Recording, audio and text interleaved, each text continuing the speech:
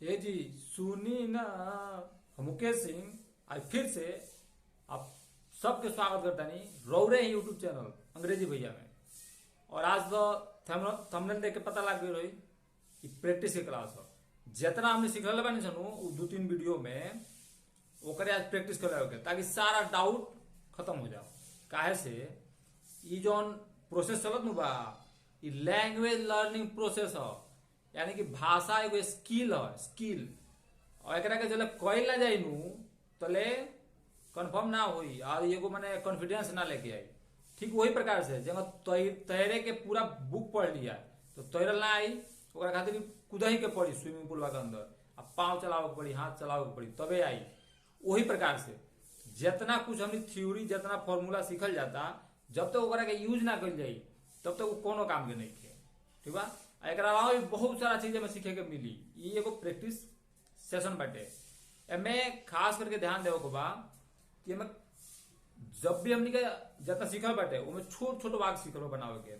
अब ओकरा के जब लंबा लंबा लेंदी सेंटेंसेस बोले के होई तो कुछ नहीं करेगा, बीचवा में को कनेक्टर यूज कर चल जाएगा बा। और ओमे दू गो कनेक्टर जो बानू सबसे ज्यादा यूज होला, जैसे एगो एंड एगो बट। एंड का मतलब होला और, औरी, अब बट के मतलब लेकिन, किंतु, परंतु। तो ये दू कनेक्टर के बारे में नहीं सीखल जाई। ऐसे तो कनेक्टर्स के पूरा भरमार पड़ल बा इंग्लिश लैंग्वेज में, उ सब हमने 1 by 1 सीखत चल जाई। आगे ओकर पूरा कंप्लीट लिस्ट में हम डाल देम, पूरा एगो वीडियो ही बना देम। चलिए एगो वीडियो बना देम, ओकर पूरा डिटेल्स में समझा देम। ताई मेरा देखिए सीधे आज के टॉपिक पे चले के अब पूरा गहराई से सब चीज सीखे के समझे के। एगो चीज और बता देते लोग के, एमे एगो कंफ्यूजन होता है कि कौन चीज के इंग्लिश में का कहल जाला, ई पूरा मटेरियल कहाँ मिली। ओकरा खातिर भी हमारे एगो चैनल बाटे मुकेश सिंह मल्टीटेक। मुकेश सिंह मल्टीटेक लिख के बता दीजिएगा, मुकेश सिंह मल्टीटेक। अच्छा लिख दे एक बाद वाला में। और ये वीडियो के कमेंट बॉक्स में बानू वो पिन भी कर देता नहीं लिंक वाले आके वो लिंक पर क्लिक करें तो लेके सीधा चल जाए चैनल पर। वो मेरे को प्ले लिस्ट बाटे ओकरा खोले स्पंकी स्पोकन वोकैब के नाम से पूरा जितना स्पोकन वोकैबुलरी बाटे पूरा भरमार पड़ल बाटे। 31 वीडियो अभी तक डल चुकल बा और लगातार अपलोड हो जाए ऊपर वीडियो। ओकर देख देख के उसे पूरा सीखत जाए कि कौन चीज के का कहल जाए इंग्लिश में। तो अब चलिए सीखे के आज प्रैक्टिस यानी अभ्यास के क्लास बाटे, जेमे हमनी के कनेक्टर्स जो दू गो सेंटेंस के बीच में ला के ओकरा के लेंदी बनावेला मतलब लंबा बनावेला। उमे दू गो कनेक्टर एंड के मतलब और होला या औरी होला, बट के मतलब लेकिन होला। ये दू गो कनेक्टर सर्वाधिक यूज होखे वाला बाड़ी सा, यही से एकरा के दू गो हमने सीखल जाई। एकरा अलावा भी बहुत सारा कनेक्टर बा जो उनकी दू गो सेंटेंस या दू गो फ्रेज के बीच में लग करके ओकरा लंबा लंबा लंबा बनावल चल जाला। जितना भी लंबा लोग बोलला नु, जैसे उनके लागला कि अरे फलाना तो एक सांस में हेतना बोल देता, उ सब कनेक्टर के बीच में यूज करला सा। वो ग्रामर के टर्म्स बाटे ओकरा पर भी डिटेल्स में सीखा जाए सब 1 by 1। अब आई पहले यहाँ के समझ लेवे के। यहाँ एगो सेंटेंस बा जैसे ई बकरी ही लेकिन, जैसे यहाँ बकरी खड़ा बिया तो ओकरा के तरफ इशारा करता, एक एगो बिया एगो एगो ई बकरी ही लेकिन ऊ गधा ह। जैसे नजदीक में बकरी बिया ओकरा तरफ इशारा करता ई बकरी ही लेकिन हो दूर खड़ा बा दूर ऊ गधा ह। तो सीखल के हमने जो स्ट्रक्चर सीखल रहनी हूं मैं, ई हिया बकरी, दिस इज अ गोट, ऊ और लेकिन बट, लेकिन खातिर बट आ गई। देखिए बीच में आ गई जोड़े खातिर, दोनों के जोड़ के लंबा बना दिलक। बट ऊ गधा ह, ऊ ह गधा। दैट इज अ डंकी, डंकी के जगह पे दैट इज अ डंकी के बदले बोला जा सकता that is an S. S मतलब गधा होला। ओमे देखी एस जो हम बोल रहे कुछ यहाँ कंठ से, फेफड़ा से हवा कंठ से निकल के डायरेक्ट मुंह से बाहर होके बिना स्पीकिंग ऑर्गन्स के टच कैले जीभ के या कोनो बिना टचिंग के तो एन लागी। आ जहां कोनो स्पीकिंग ऑर्गन्स टच होता जैसे मुंह, ओठ, जीभ, दांत, ये सब कुछ वाइब्रेशन होता, कुछ टच होता तो ए लागी। वह कॉन्सेप्ट यहाँ काम करता। एस बोले के टाइम डायरेक्ट जाता, इसे एन लागल बटे। अगला सेंटेंस देखिए, का वो गधा रहल। अभी सवाल बटे, ये कौन टाइप के सवाल बा जो 3 नंबर में जो सीखल रही। कि का वो गधा हो, यानी कि सवाल कल जाता खाली कंफर्म करे खातिर कि हाँ या ना में जवाब चाहिए। तो ये का के कोनो इंग्लिश ना होला, सीधा एक नंबर वाला दो नंबर जब सिंपल स्टेटमेंट होला उनमें से एक नंबर वाला दो नंबर हो गई। तो एक अगर ना समझ में आवे तो सीधा पहले बनाए उगधा रहल, तो उगधा रहल मतलब बात बीत गई, पहले उगधा रहल तो ओकर का बनी दैट वाज अ डंकी।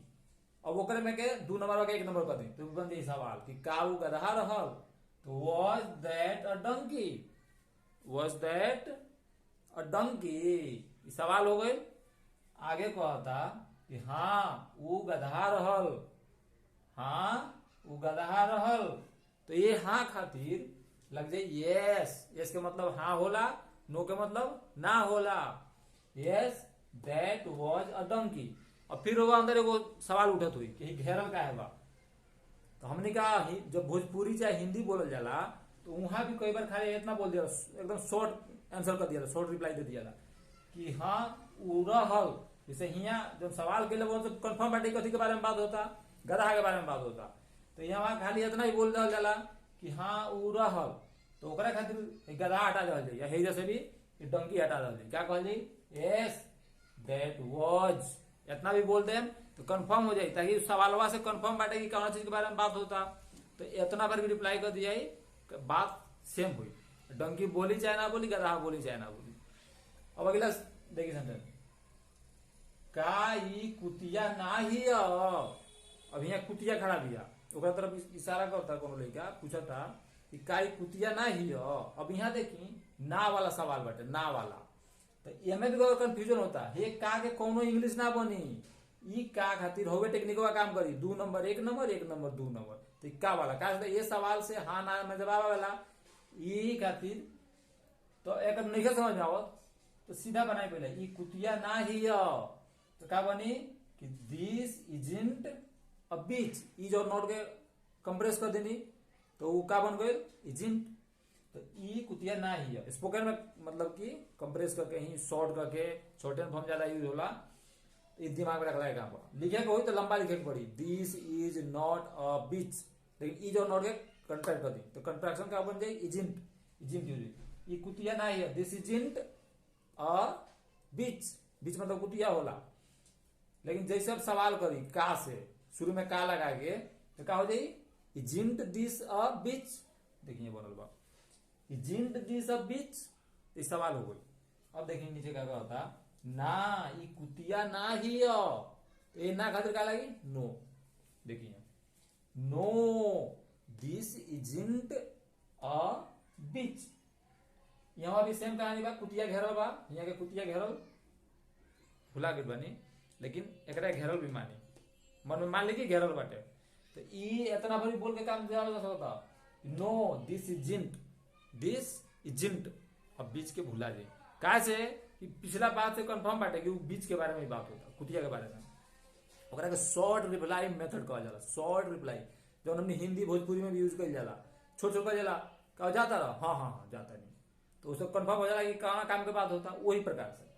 अब देखिए तो अगला क्या कहता, तो ई का हो, अब वो पूछा था डिटेल सब जाना था, जाने के बारे में, तो जब बीच में का आ गए तो एकर इंग्लिश बनी, एकर WH वर्ड जब सीखल रहे पिछला वीडियो में, वो WH वर्ड में एकरे खातिर लागी, जब बीच में का आ गइल, के आ गइल, कहाँ आ गइल, तो ये सब के इंग्लिश लागी। तो ई का हो, तो खातिर वो देन भी लगा सकता नहीं और सो भी लगा सकता नहीं, एटा बिल्कुल कंफ्यूज भी लगे काम नहीं के, एमे ये हो है ग्रामर के टर्म्स बाटे, एगो मतलब कि अगर बारे में डिटेल्स में थोड़ा थोड़ा का अंतर होला, तो वो स्पोकन में लागू ना होला, स्पोकन में बस इतना दिमाग रखना जहां भी तो लग जाए, तो ओकरा खातिर देन लगा दी चाहे सो लगा दी, दोनों चली, कोनो भी एगो दोनों ना, अब देन सो मत बोले लगे, तो देन बोल के तो सो ये इंटरचेंजेबल बटे, कोनो के बदले कोनो लाग सकता।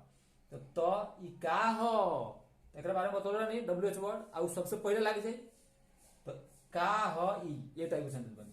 तो देन या सो, देखिए देन या सो कोनो एगो लाग गई, व्हाट इज दिस, ई का हो, तो एक बाद एगो रिप्लाई होता ई हाथी हो चाहे ई हाथी ही हो, तो दिस इज एन एलिफेंट, यहाँ देखिए एलिफेंट भी जब बोला जाता है एलिफेंट तो डायरेक्ट आवता नु हवा डायरेक्ट बाहर जाता है एलिफेंट।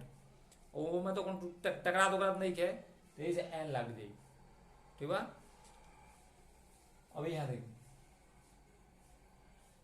अगला सेंटेंस का था ई लड़की डॉक्टर होई चाहे बनी भविष्य में अभी नहीं थे पहले भी ना रहल भविष्य में कुछ होई ओकरा खातिर एगो बतल रही वर्ड वाला विल बी।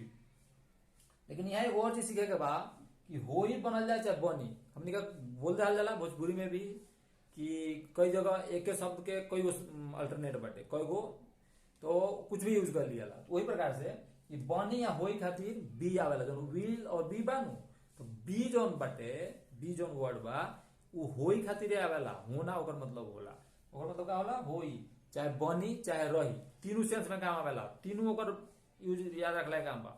जहां भी बी आए तो या तो होई के सेंस देता चाहे बनी के सेंस देता चाहे रही के सेंस देता।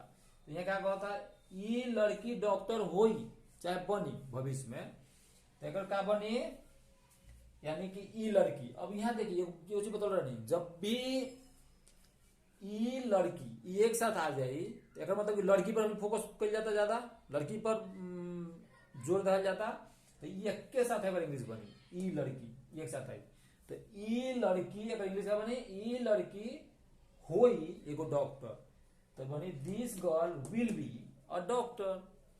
अगला सेंटेंस बा ई कब या कहिया बनी चाहे होई देखिए यहाँ स्लैश दलवा एकर मतलब कि या के सेंस देवला कि कब भी बोला जा सकता है कहिया भी बोला जा सकता बनी चाहे होई तो एकरा खातिर होई। अब यहाँ कब आता चाहे कहिया होता है एकरा खातिर एगो इंग्लिश वर्ड वाला व्हेन डब्ल्यूएच वर्ड के कैटेगरी है तो बीच में आ गइल बा तो सबसे पहले आ गई when will this girl be तो दिस गर्ल साथवे आई कहीं भी चाहे क्वेश्चन हो गए चाहे निगेटिव सेंटेंस कोनो टाइप के 6 टाइप के सेंटेंस सिखोले बानी कोनो भी सेंटेंस हो गए ये के साथ आई तो when will this girl be ये लड़की कब हुई ओकरे बारे में जाने के चाहता भगवान जाने तो कई बार हमने कहा दिन भर में 50 बार बोल जाला कोनो केहू कुछ पूछी भगवान जाने राम जानस ना कहल जाला तो ओकरा खातिर याद रखी। अब हैकर प्रयोग चालू कर दे जब भी झाड़े कोई नु गॉड नोज एकर मतलब भगवान जाने राम जानस। ई डॉक्टर बनी और वो शिक्षक अब देखिए दू गो व्यक्ति के बात होता एगो नजदीक में खड़ा बा आ एगो दूर बा तो ई जो नजदीक में बैठे एकरा इस तरफ इशारा कइल जाता कि ई डॉक्टर बनी आ ऊ और यहाँ कनेक्टर के काम करता है दू गो सेंटेंस के जोड़ता है एगो छोटका आ है छोटका दोनों के जोड़ देता। तो यहाँ हालांकि यहाँ एक शॉर्ट वर्ड यूज कइल बा जना का मतलब ये एकरा अंदर छुपल बा वो कंप्रेस हो गइल बा का होता ई डॉक्टर बनी मतलब ई नजदीक वाली डॉक्टर बनी और ऊ जो दूर बिया ऊ शिक्षक तो क्या बनी कि दिस विल बी बी के बीकम से भी रिप्लेस कर जा सकता देखिए स्लैश के बाद बीकम लिख रहे बानी तो दिस विल बी चाहे this will become a doctor and that will be a teacher English में लंबा लिखे के पड़ी that will be a teacher ताकि हमें कोनो डाउट ना रह जाए पूरा क्लियर इंफॉर्मेशन मिल सके।